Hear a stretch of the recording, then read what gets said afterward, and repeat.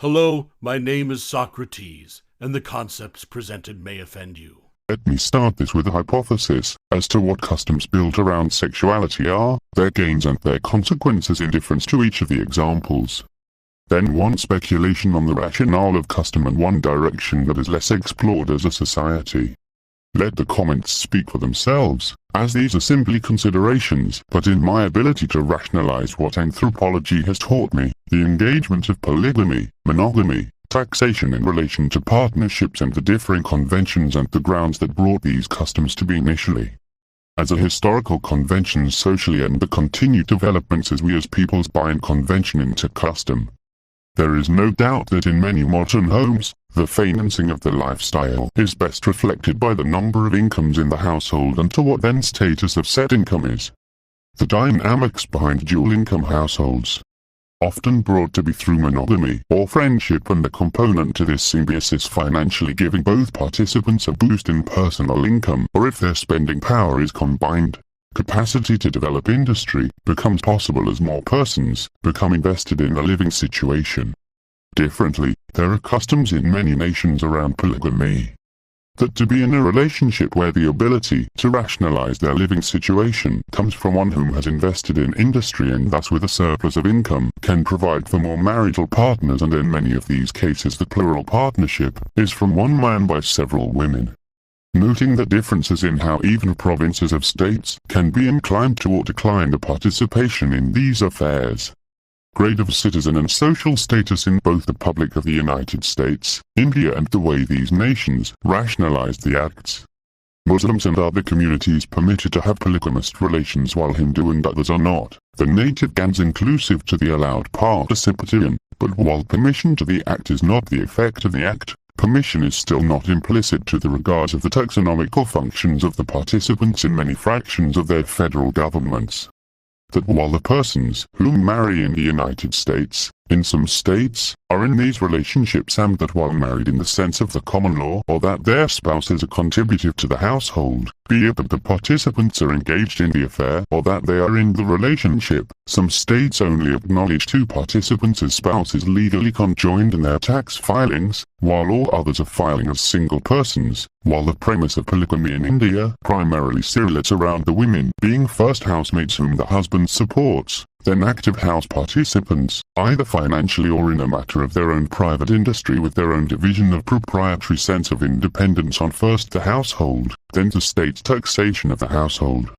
Economically differing from a standard that equates or creates through convention the common custom that in the West is so common, we doing such fulfilling both the necessity of the household, the individuals and the state to see the development of the state through production of goods and the providing of services like machine maintenance and engineering tasks.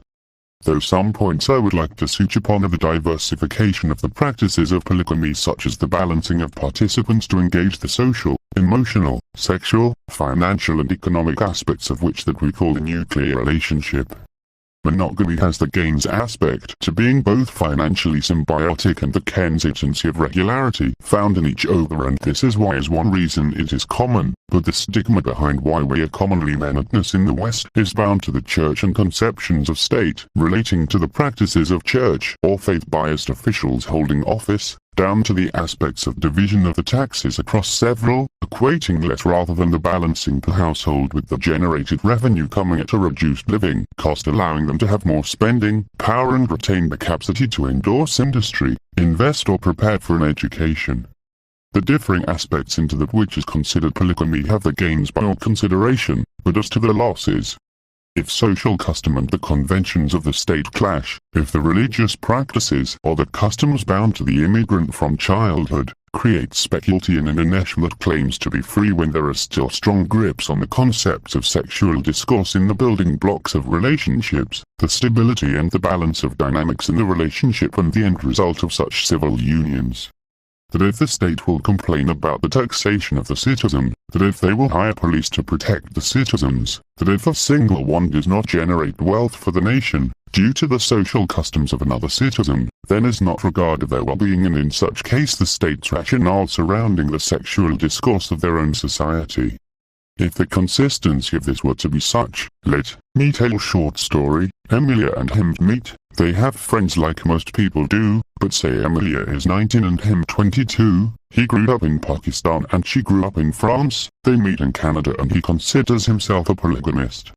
They start the relationship PFF as monogamous and their ability to integrate other partners is in his eyes only inclusive to females. The ability to rationalize so much as other male participation is the stir that led him to become more controlling, and this strains the relationship. Point that if he is allowed to behave like this in an undergoverned, impoverished nation with social customs and laws betraying all human rights charters across the globe,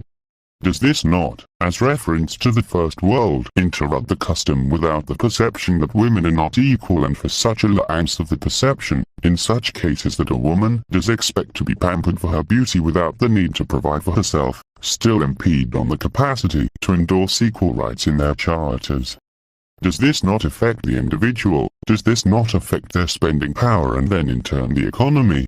It is truly considerable a state responsibility. Point B. Is the inclusivity of other partners of the same sex first and foremost a preventative measure for domestic violence, then a socially engaging convention of social, moral, sexual, religious and financial perspectives? On top of the concept of free sexual discourse and the aloneness of the constraints that come forth as a consequence of the negligence of the Canadian government, or of other states, in the permitting of abuse to which one may suffer in religious or ethnic circumstances, I personally have called the police on abusive motherfuckers for being savages in this country to be told that if they are brown, it's hands off. I, Socrates, am Sikh and I shave my face. Though my custom is different, I am still allowed to carry my kepan in school and at work, for if the measure stands that a drunk Muslim can rape his wife, if in any religious home members may assault children there, the customs observed must be so, to be proclaimed as such in a free nation, that those must be kept free, or be the cost of some's freedom for the preservation of one's. Thus the history of national impoverishment with equal CPAAICTY to engage the global economy and participate socially as members of society.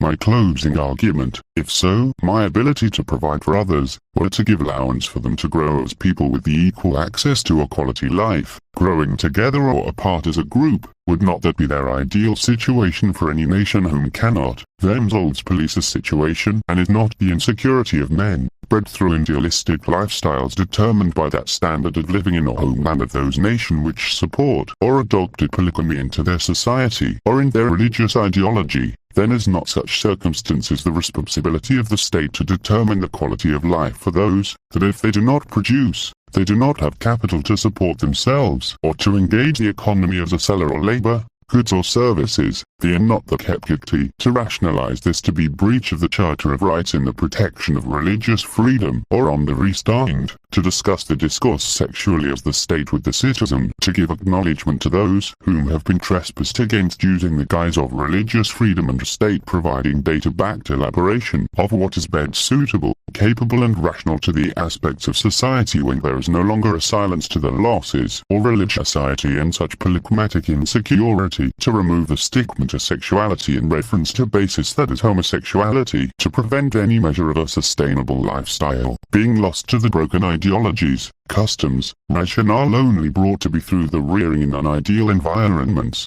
Thanks for listening. Click the like or subscribe buttons to support this channel.